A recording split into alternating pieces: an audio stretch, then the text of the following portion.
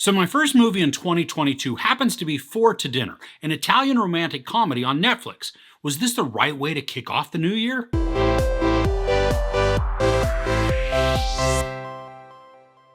Challenging the concept of soulmates, parallel storylines portray four single friends as they pair up in different couple combinations.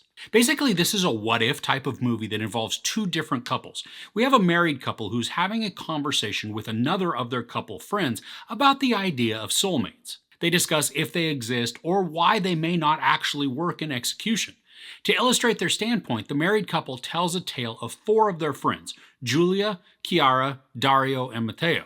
The four are invited to a dinner as sort of a dating setup, and then the movie follows the pairings.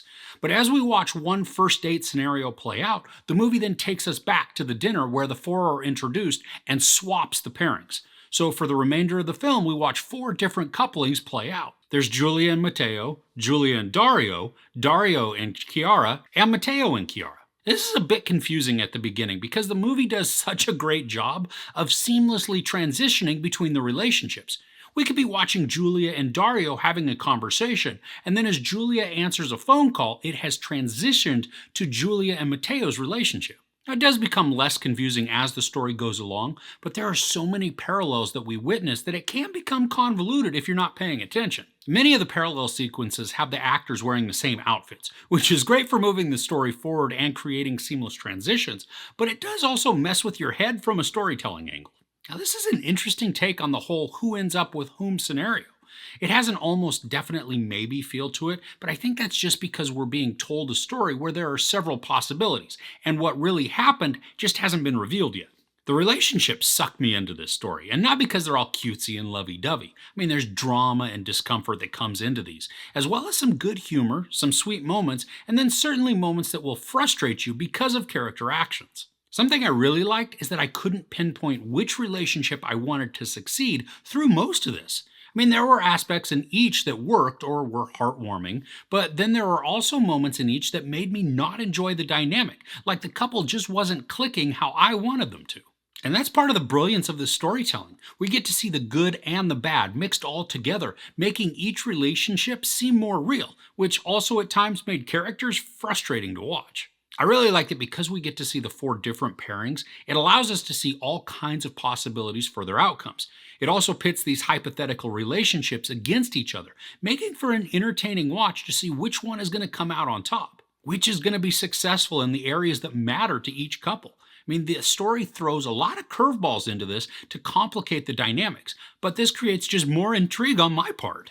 I also like how the story began framing characters in one way, but then as the story goes along, it shows us more and more about them, which then caused me to change who I was rooting for and why. Now, this is a quick and easy watch at only 90 minutes. It doesn't outstay its welcome, and it kept moving at a good pace. Now, there are some slower moments in this, but not in the pacing. The story takes some breathers for emotional beats, but never lets the momentum drag or be lost. Now, I mentioned that it was hard to pinpoint which relationship I wanted to work, but by the end, I had landed on the pairings that felt like they worked the best for all involved. Something frustrating, though, is that the movie is switching the pairings right up until the very end, so it makes it difficult to be certain of who ends up with whom. Now, I do believe, though, that the final visual we have is representative of the true couples, and so I became satisfied with that. Now, for me, I had a concern that was always running through my head during this, and it was whether or not this was going to get tiresome. I mean, would the cuteness wear off, and would this become depressing or even irksome because of the constant switching? I think that because the story takes us through several different emotional journeys during the course of this movie, this stays away from becoming tired or aggravating. I mean, had we just been shown date after date with no real progression of feelings, relationships, or even character growth, then yeah, it probably would have lost its shine pretty quickly. But because we have some emotional ups and downs through the course of this, it stays fresh and even relatable in certain aspects. So overall, Four to Dinner is a compelling look at different relationships and all that goes into making a couple click. The story begins by posing a question about soulmates, and by the end, I think it raises some pretty good arguments. The storytelling is engaging, and I enjoyed the different dynamics the actors bring to the various relationships. Believable complexities are added to the narrative thanks to charismatic but flawed characters. The transitions between relationships are creatively executed, but also can cause some confusion. Luckily, as the film goes along, the story becomes less convoluted. There's no sex, nudity, or violence, but there is some profanity. I give 4 to dinner, 4 out of 5 couches. What are some shows or movies that you're looking forward to in the coming months? I'd love to hear about them in the comments below. If you enjoyed this review, please give it a like. Also, don't forget to share and subscribe. I'm Chris. This is Movies and Munchies. Thanks for couching with me.